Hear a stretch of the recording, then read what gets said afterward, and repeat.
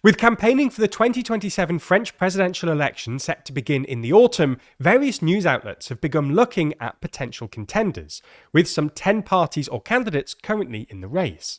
It comes amid deep political turmoil in France, with France's centrist president Emmanuel Macron now one of the least popular leaders in the democratic world. Meanwhile, France's right-wing populist candidate Jordan Bardella wins in almost every possible scenario, showing he really is the person to beat. So in this video, we'll discuss the 10 candidates currently in the race for the French presidency, and whether anyone can stop Bardella.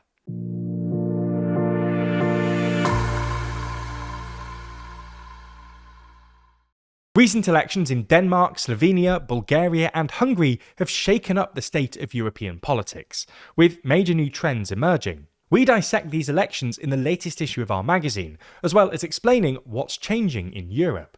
That's just one of 80 pages in the magazine, because there's more in Too Long than you'd expect. Purchase your copy by clicking the link in the description. We'll start with a recent recap of French politics. For context, France uses a 2-round voting system for all elections. For French parliamentary elections, all candidates who win more than 12.5% of the votes of registered voters go through to a second round. This system has been criticised for being highly disproportional, and also means that the second round often becomes a vote against a certain candidate or party, with voters rallying behind the candidate they view as the least bad option. Anyway, back in 2022, France's centrist president Emmanuel Macron won a second 5-year term, winning the first round with 28% of the vote, followed by France's far-right leader Marine Le Pen with 23%, and winning the second round with 59%, compared to Le Pen's 41%.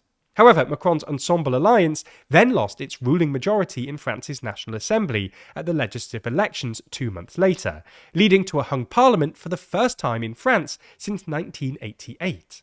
This was widely perceived as a result of Macron's centrist Ensemble alliance coming through the middle and disrupting the traditional left-right bloc system.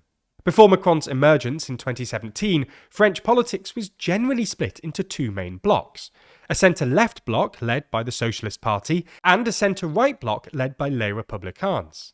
Macron's camp, however, drew moderates from both camps, essentially hollowing out the 2-bloc system and encouraging the growth of more extreme parties on both sides. Anyway, after a poor set of results at the June 2024 European elections, which were clearly won by the hard-right National Rally, or RN, on 31% of the vote, Macron gambled on the idea that French voters didn't really want the hard-right in power, and called an immediate snap parliamentary election. However, Macron's gamble apparently backfired, as his Ensemble alliance instead ended up losing seats to the left, resulting in an even more fragmented hung parliament of 3 roughly equal blocs. As such, for the past 2 years, French politics has basically been at a stalemate. Between July 2024 and September 2025, France cycled through 4 prime ministers, with current Prime Minister Sébastien Lecornu forced to use an emergency constitutional provision to force France's 2026 budget through Parliament without a vote. This is obviously less than ideal. It means the government remains vulnerable to being toppled, and is also bad for democracy, as the budget doesn't have the support of Parliament. Anyway, the RN have largely been the beneficiaries of this chaos, presenting themselves as a stable nationalist alternative. However, the RN hasn't been free from scandal either. In March 2025, Marine Le Pen was convicted of embezzling €2.9 million of EU funds, and was barred from running for political office for 5 years, thus ruling her out of the 2027 presidential election. While she's still seeking to overturn the ban, it's more likely that Jordan Bardella, the popular 30-year-old who's climbed up the party ranks as Le Pen's assistant, will be the RN's 2027 presidential candidate. So this brings us to the 2027 presidential race. So far, some 10 parties or candidates are in the running, although we should expect this number to fall by October. According to the opinion polls, the RN candidate, whether Le Pen or Bardella, is currently on track to trounce all other potential challengers. However, according to a new poll published this week by Adoxa, in a hypothetical second-round runoff, Macron's popular centre-right former Prime Minister Édouard Philippe finishes very close to Bardella, and in one alarm scenario, narrowly beats him. A BBC article this week also suggested that Philippe was the only figure who could beat a hard-right candidate in the second round of the 2027 presidential election. According to an IFOP survey, Philippe is viewed positively by 49% of French people, compared to 45% for Bardella.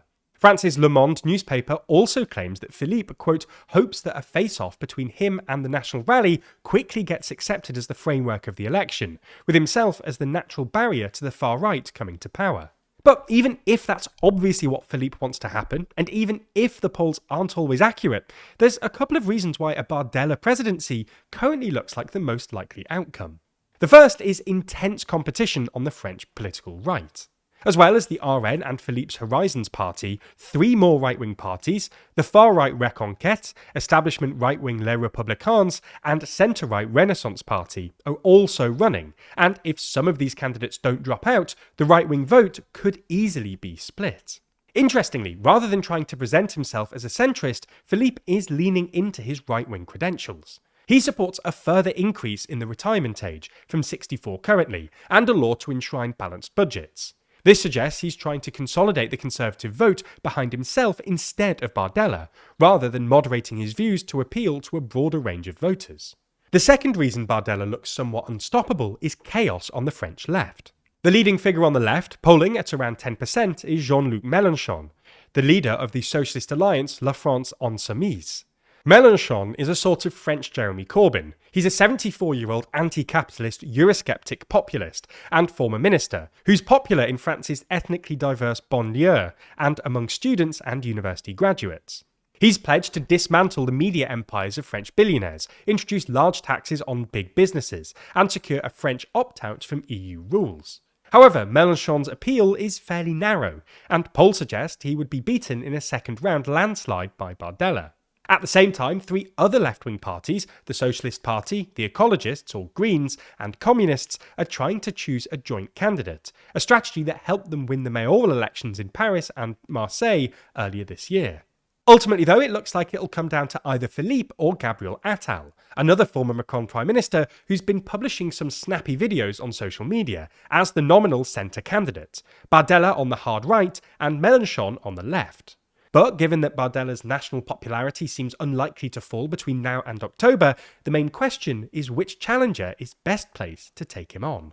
The latest issue of our magazine is out now, and if you want our best value ever, subscribing and using code SUMMER26 gets you your first copy for as cheap as £4.99, as well as 20% off as long as you stay subscribed. I told you about one of the articles at the start of this video, but this issue's truly jam-packed with content from all around the world.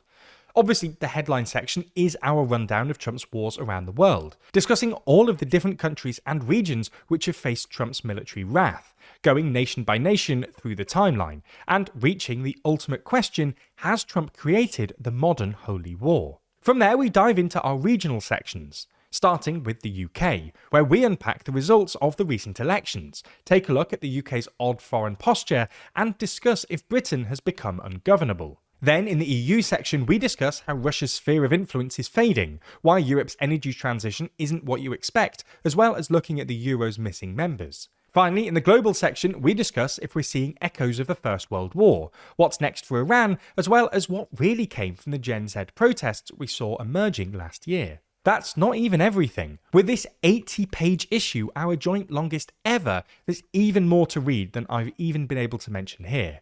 So click the link in the description to learn more and grab your copy today.